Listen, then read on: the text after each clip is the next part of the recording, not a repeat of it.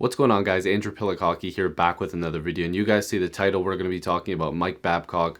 These comments are just going to be coming from the heart. It's not going to be a ton of statistics and a bunch of different numbers. There will be numbers, but it's nothing like super crazy. This is going to be from the heart, how I feel about Mike Babcock, what needs to happen, and why there's struggles and why there's so many people, ticked off, like the reasoning behind all that. So again, this is my new setup. If you didn't see it in my last video, hopefully you guys like this style of video. This might not always be the background, but this is the type of video outlook that I want to do. So if you like this, please subscribe. I'd really appreciate it if you're new, and if you're already subscribed, thanks so much.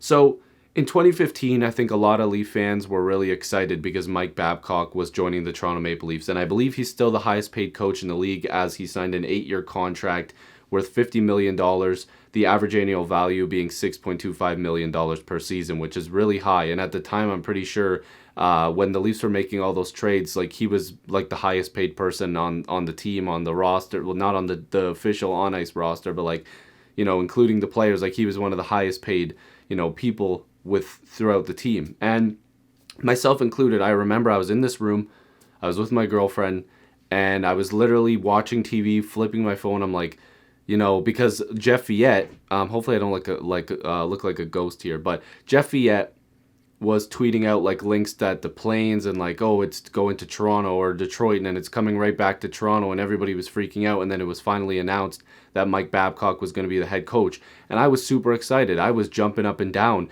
because Mike Babcock is a good coach, and that's something that I want people to understand here. Mike Babcock is a very good NHL coach, but it seems as though that his philosophies are not really matching up with what's going on right now in today's NHL. He could go to another team that really, maybe might fit his style. But I think that the Toronto Maple Leafs as an organization, and the way that Kyle Dubas has constructed this roster, it doesn't make a ton of sense with what Babcock wants. And I'm going to make a full video on Dubas as well. So save your comments on Dubas for another time, because I think he's fantastic. And, there's some people that disagree. But I think that Babcock's coaching philosophies don't really match up with what's going on these days. And with the young talent that the Leafs have right now. A lot of people are shaking their heads because they're off to a poor start, and I'm one of those people. But as Leaf fans are on Twitter and freaking out and everything like that, talking about fire Babcock, and then there's other teams around the league, their fans saying, it's an excuse. The Leafs always do this. They run through coaches like it's nothing. But if you're not watching this team every night, or you haven't been watching them the past couple of years, you can understand certain frustrations.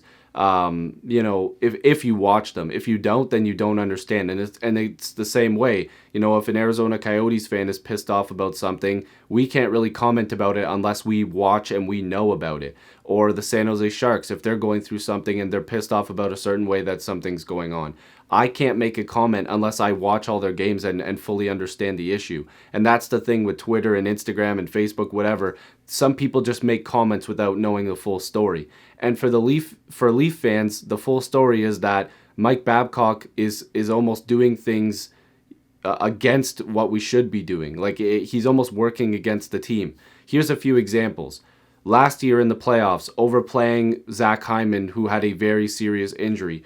Overplaying Patrick Marleau and sending him on the ice as an extra attacker instead of Austin Matthews, one of the greatest 5-on-5 goal scorers since he entered the league. I believe he's number 1 since entering the league at 5-on-5. So it's like, how do you not put Austin Matthews on the ice in a situation where you need a goal?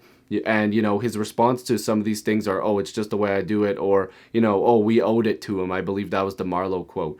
The back-to-back situations, playing your best goalie against a worse team, not even looking at the schedule when you could, when there's a matchup like Ottawa one night and then Washington the second night. He's playing Frederik Andersen against a poor Ottawa Senators team, and then playing his backup goaltender at the time, Hutchinson, whoever it was, playing the better team. That can't happen. You're taking points away.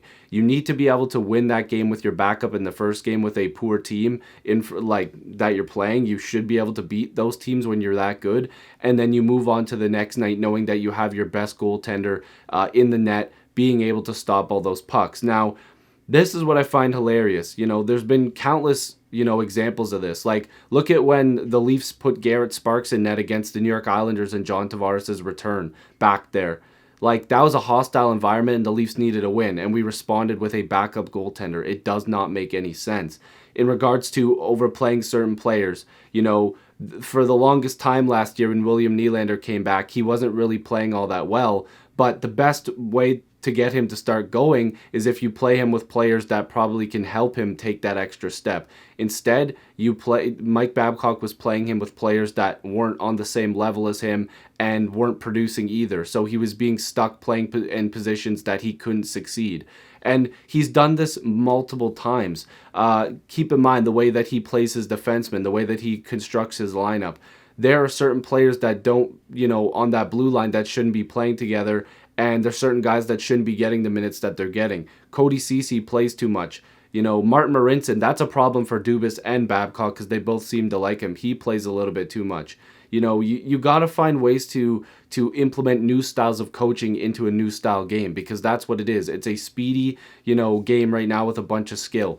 I know a lot of people are complaining about toughness, which is going to be a whole nother video on this channel. I want to separate all these different topics so that way we can talk about them. I also have a video coming up soon, and I hope I'm in focus. I have a video coming up soon too in regards to the way that the Leafs are talked about on television, and people always say that it's too much. But with Mike Babcock, again, getting back to, him as a coach, because I am going off on a little bit of a tangent here about, he needs to step it up. But just to give you an example what he's done with Toronto, he's done quite a lot. His numbers right now with Toronto through 5 years, 342 games, 170 wins, 123 losses, I believe. No, what is this? No.